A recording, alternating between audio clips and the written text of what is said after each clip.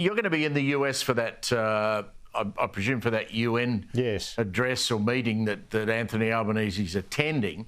So the focus here is now going to change, isn't it? To what has this done any damage to our US alliance? And when you hear Marco Rubio, Andrew, you've got to think that internally in the inner circle of Donald Trump, they're not all that happy about what we've done here.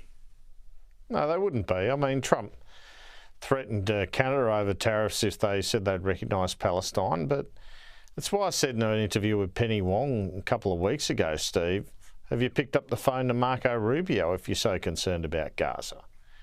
See, the way to this ceasefire, and it wouldn't necessarily occur, is through the US. It's the greatest hope.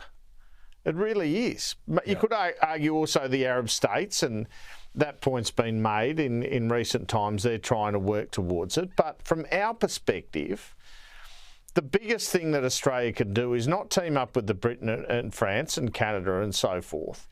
It's to get onto the US and work with the US to try and produce a ceasefire, if that's such an important goal for us. And, it really sort of surprised me that Penny Wong hadn't called Rubio until she finally did the other day. And even she said in that interview, Steve, the greatest hope to a ceasefire is clearly the US, because look at what they've been able to do with Israel and Iran. No one else can do that. So it's a very important meeting if Albanese does meet Trump, in terms of at least pressing some of the hopes for a ceasefire there, apart from our own considerations, top of the list being AUKUS, then tariffs. But I just don't see how working without the US on this has any effect whatsoever. What happens if he doesn't get a meeting with Trump? Well, he gets a whole bunch of headlines saying he still can't get a meeting with Trump. Look, that's not the important part, right? In fact, it doesn't really matter if Anthony Albanese doesn't meet Trump for 3 years. The issue is, does AUKUS get dumped? That's the issue.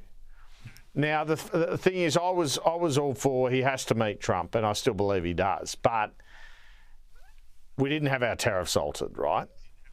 So the real question is around AUKUS. And that is the primary issue. So if he doesn't meet Trump, embarrassing headlines.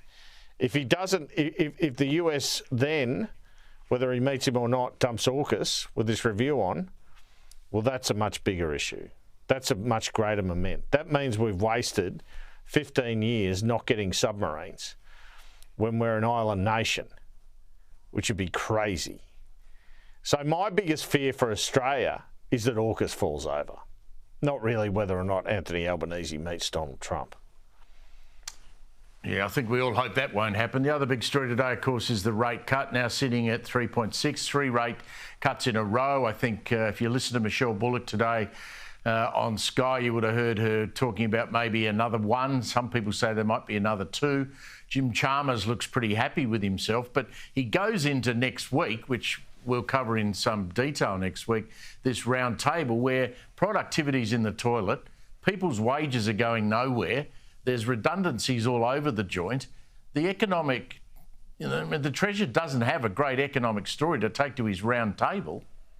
Well, he's got low inflation, low unemployment. That's what you usually look for. The issue is economic growth and productivity.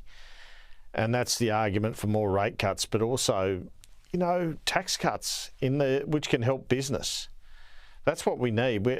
I'm concerned about this reliance on either government-created jobs or government jobs, whether it be the NDIS or through government subsidies to childcare or even through Medicare or whatever. That's the corner the economy's turning, which is of the biggest concern.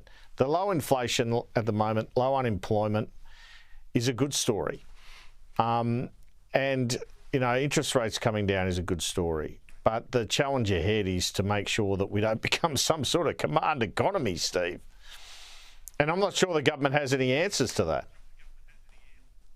No, probably not. I always like to end our little chats with a bit of cheekiness. So before you go, the PM today, he did his breakfast crosses to breakfast television from Melbourne, from outside the MCG.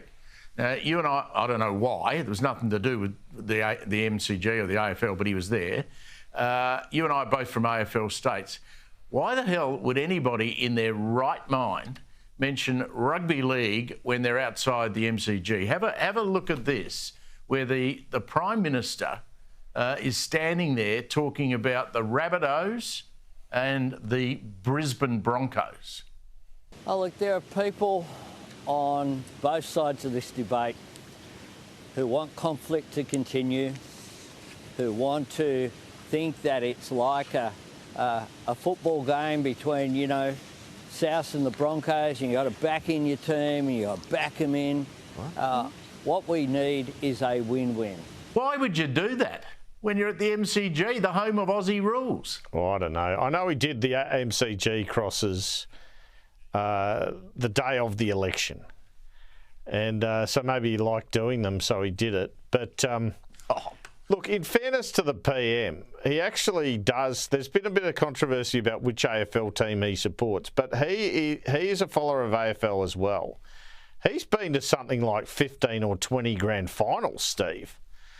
So nearly as many as you, Steve, with your, you know, Richmond support. But in fact, you and I met up for a beer at one, I recall. But look, so he does get into the AFL, but yeah, he's absolutely obsessed with the Rabbitohs, and they've had a shocker of a year. But yeah, also, I mean, is he Hawks or is he Sydney Swans or is he something else? I still can't work it out. He claims to be Hawks, Anthony Albanese. Greater Western Giants. Paul Keating once had a picture taken with wearing a Collingwood jumper. I thought Keating was Collingwood. So, oh, really? He wouldn't have a clue, mate. Andrew, thank you very much. See you soon. Cheers.